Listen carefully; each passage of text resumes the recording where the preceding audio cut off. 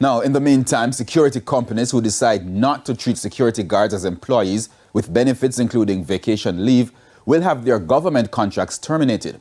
Since the government is the largest procurer of such services, contracts with security companies are being changed to reflect the new policy direction. Finance Minister Dr. Nigel Clark gave the update following a comment from opposition MP Fitz Jackson.